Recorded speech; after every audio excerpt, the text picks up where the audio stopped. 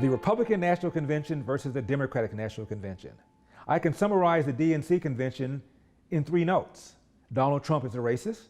Donald Trump is literally personally responsible for the deaths of over 170,000 Americans because of COVID-19. And Donald Trump literally executed George Floyd. Now you're caught up. Damn! The RNC, by contrast, was lively, entertaining, upbeat, and made the case that Donald Trump deserves 4 more years. 4 more years! 4 more years! 4 more years! 4 more years! 4 more years! 4 more years! 4 more years! 4 more years! Now, if you want to really drive him crazy, you say 12 more years. Now, as for the DNC, I don't want to say it was dark, brooding, somber, and depressing, but it was dark, brooding, somber, and depressing.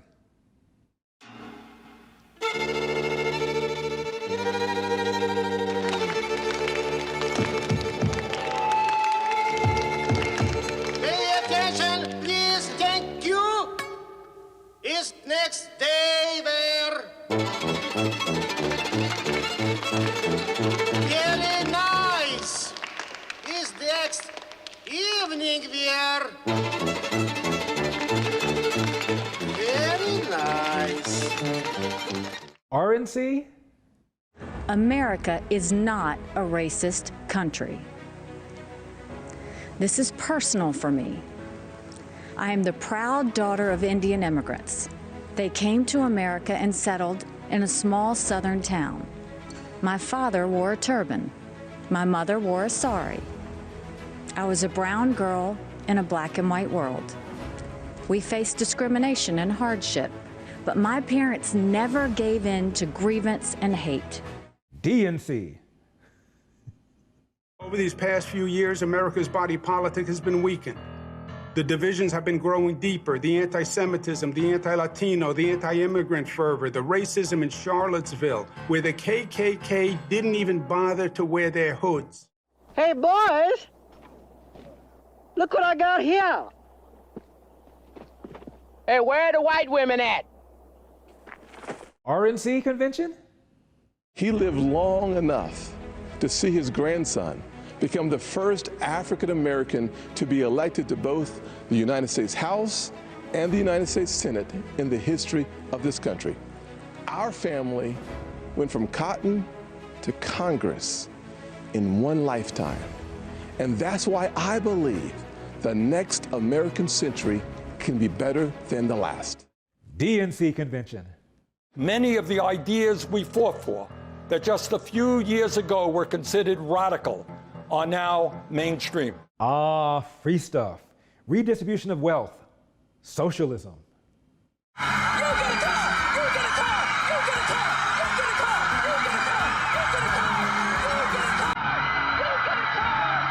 Look at them, listen to them, learn the truth.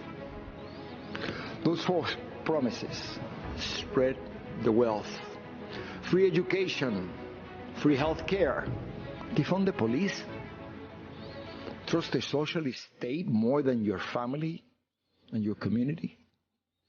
They don't sound radical to my ears. They sound familiar. And Fidel Castro was asked if he was a communist. He said he was a Roman Catholic. He knew he had to hide the truth. But the country I was born in is gone, totally destroyed. When I watch the news in Seattle, Chicago, Portland, and other cities, when I see the history being rewritten, when I hear the promises, I've heard echoes of the former life I never wanted to hear again. I see shadows I thought I had outrun. My parents only wanted one person to decide my fate. Me.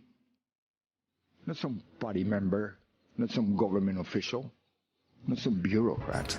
The DNC convention's former First Lady. Well, a presidential election can reveal who we are too. And 4 years ago, too many people chose to believe that their votes didn't matter. Maybe they were fed up. Maybe they thought the outcome wouldn't be close. Maybe the barriers felt too steep, whatever the reason. In the end, those choices sent someone to the Oval Office who lost the national popular vote by nearly 3 million votes. The current First Lady. He's what is best for our country.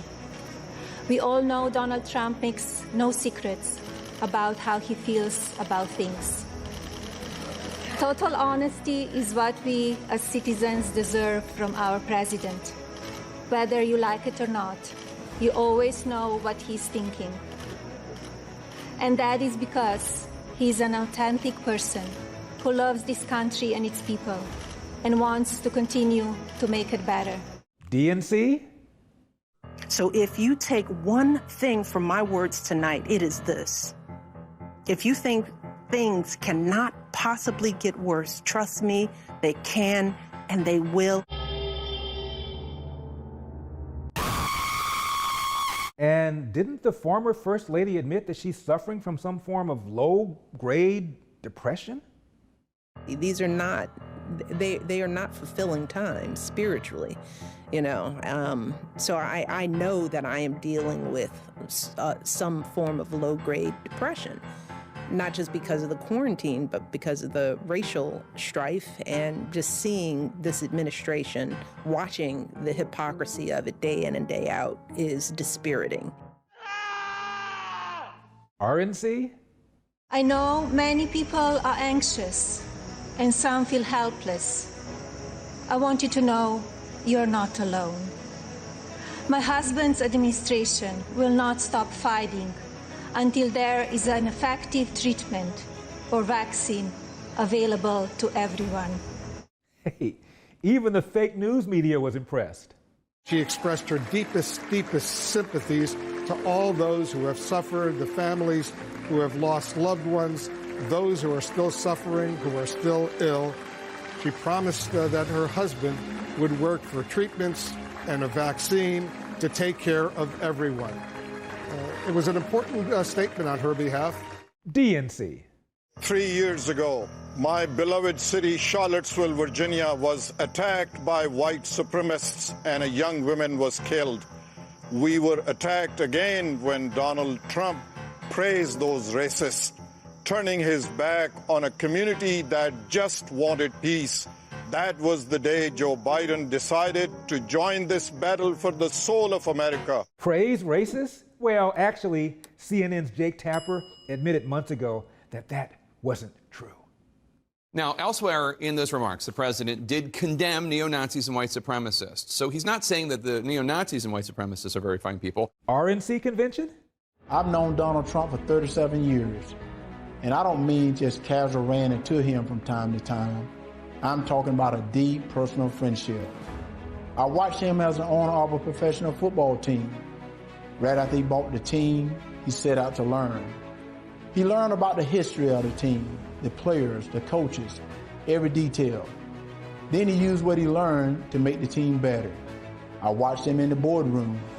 He can be in the middle of a big meeting, but if one of the kids was on the phone, he dropped everything to take the call. He taught me that the family should be your top priority. I watched him treat janitors, security guards, and waiters the same way he would treat a VIP. He made them feel special because he knew they were. He understands that they are the people who make this country run. They clean, they cook, they build, they drive, they deliver. He told me, Herschel, make an effort to get to know people. Remember their names. That stuck with me. One time, I planned to take his kids to Disney World with my family. At the last minute, Donald said he'd like to join us. So there he was, in a business suit, on It's a Small World ride. That was something to see. It just shows you what a caring, loving father he is. It hurt my soul to hear the terrible names that people call Donald. The worst one is racist. I take it as a personal insult that people would think I've had a 37-year friendship with a racist. What's that? Trump is not a racist and may get more black votes than Republicans normally get? Both campaigns, guys, tell me that there is a chance that Donald Trump could overperform with African-American men. Back to the DNC. I was a stranger, and you had the nerve to build a wall, while at the same time you have in the harbor there in New York a Statue of Liberty saying, "Give me your tired, your huddled masses yearning to breathe free." Jesus will say, "America, if you don't get your act together, you may well go to hell." RNC. Whether you are the family of Breonna Taylor or David Dorn, these are the ideals that will heal our nation's wounds. Republicans will never turn a blind eye to unjust acts, but neither will we accept an all-out assault on Western civilization. I think often about my ancestors who struggled for freedom, and as I think of those giants and their broad shoulders, I also think about Joe Biden, who says, "If you aren't voting for me, you ain't black," who argued that Republicans would put us back in chains, who says there is no diversity of thought in the black community. Mr. Vice President, look at me. I am black.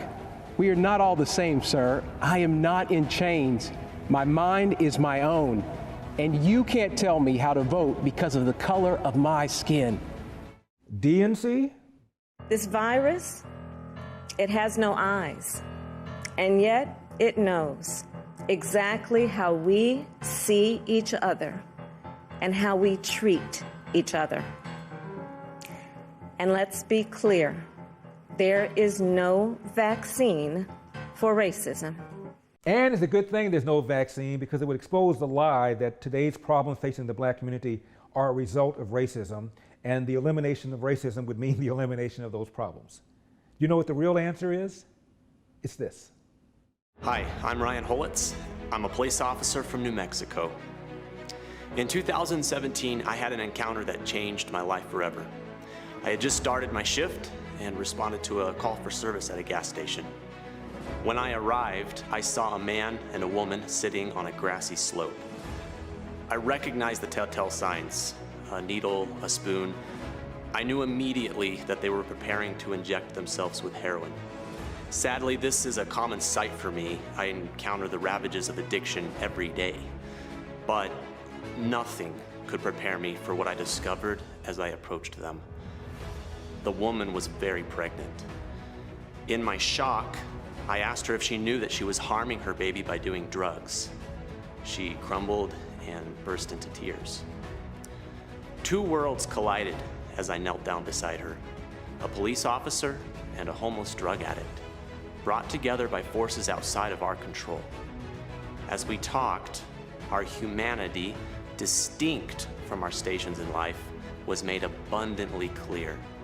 Her name was Crystal, and in the midst of her suffering, she confided that she loved her unborn baby. She wanted the best for her child. In that moment, I saw her the way that all of you who know and love an addict see them. As fathers, mothers, brothers, sisters, children, cousins, and friends. As human beings, full of value and dignity, but robbed of their potential by this disease. When Crystal said that she was looking for a family to adopt her baby, God showed me exactly what I had to do. Without hesitation, I told her that my family would welcome her baby through adoption. Cauliflower sandwich. Rosalind Harris says she was feeling energized Monday morning after attending the Women's March on Washington.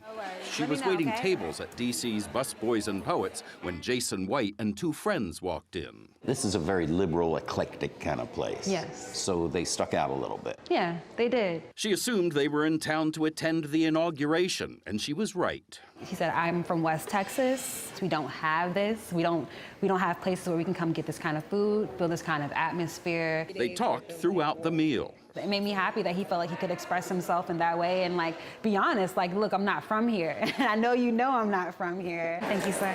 After he left, she picked up the receipt and was surprised to see a note, which she read for us. We may come from different cultures and may disagree on certain issues.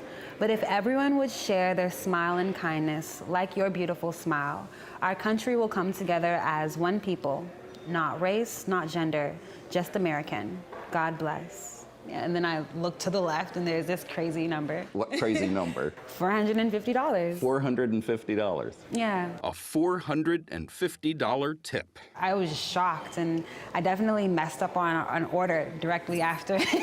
We tracked down Jason, a Texas dentist, and connected him to Rosalind on FaceTime. Fancy meeting you here.